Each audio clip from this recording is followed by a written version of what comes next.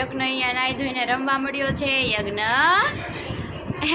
યજ્ઞ આજે યજ્ઞે 2 ચોટી અને 1 પાછળ 3 ચોટી લીધી છે. આમ પાછળ પર ફોન આમ નથી જોઉં.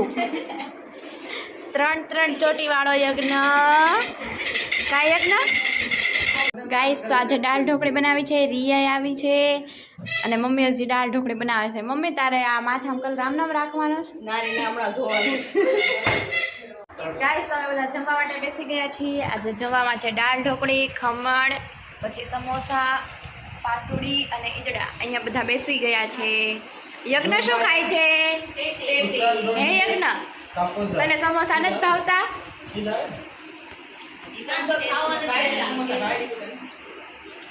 પછી કોઈ વારો નહીં આવવા દે.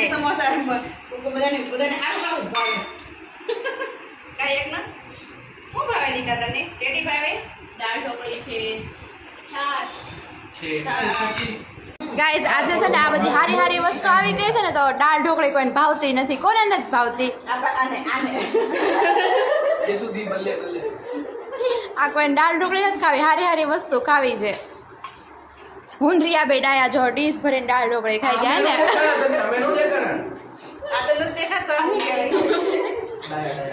ખોટા છે એ બધા. અમે તો ગ્રેવી વાળા ખમણ ખાઈ છીએ નહીં.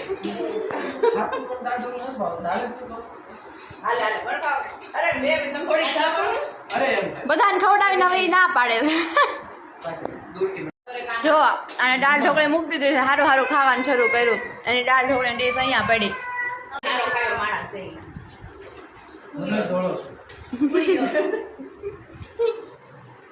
ગાઈસ યજ્ઞ અહીંયા કેરી ખાય છે અને આખો બગડો છે કેરી ખાતા ખાતા. હે ને યજ્ઞ? અને ફોનમાં જોવું હોય દર વખતે. ફોન બહુ ગમે. ગાઈસ મામી અહીંયા તુરિયાનું શાક બનાવ્યું છે અને રોટલા બનાવે છે અને અમે બધા જવાના પાણીપુરી ખાવા માટે. અને અહીંયા બધા મોટા મોટા છે ને મામી. ગાઈસ તો અમે પાણીપુરી ખાવા માટે જઈએ છીએ. એક જગ્યાએ ગયા તો ત્યાં બંધ હતું. હવે અમે બીજી જગ્યાએ જઈએ છીએ. હવે ત્યાં જોઈએ, હવે ત્યાં હોય તો નગર પછી હવે જોઈએ આગળ શું કરીએ. કા દીદી બધા? ચાલો તમે બધા પણ આવી જાઓ પાણીપુરી ખાવા માટે. ગાઈસ તો હવે અમે ઘરે જઈએ છીએ. યજ્ઞ ટાટા. ટાટા. એને ફોન જોયો, ફોન જોતો હશે. યજ્ઞ ટાટા.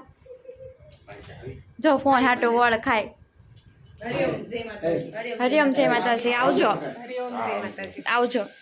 ગાઈસ તો અમે મામાના ઘરેથી ઘરે આવી ગયા છીએ. પપ્પા અહીંયા મેચ જોવે છે, યુગ અહીંયા રમે છે અને મમ્મી કામ કરે છે. મમ્મી મજા આવી મામાના ઘરે?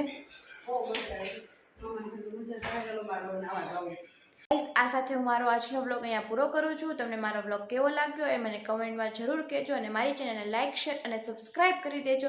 તો મળીએ કાલે એક નવા બ્લોગ સાથે. ત્યાં સુધી બધાને મારા જય Shri Krishna, Har Har Mahadev, good night, bye by.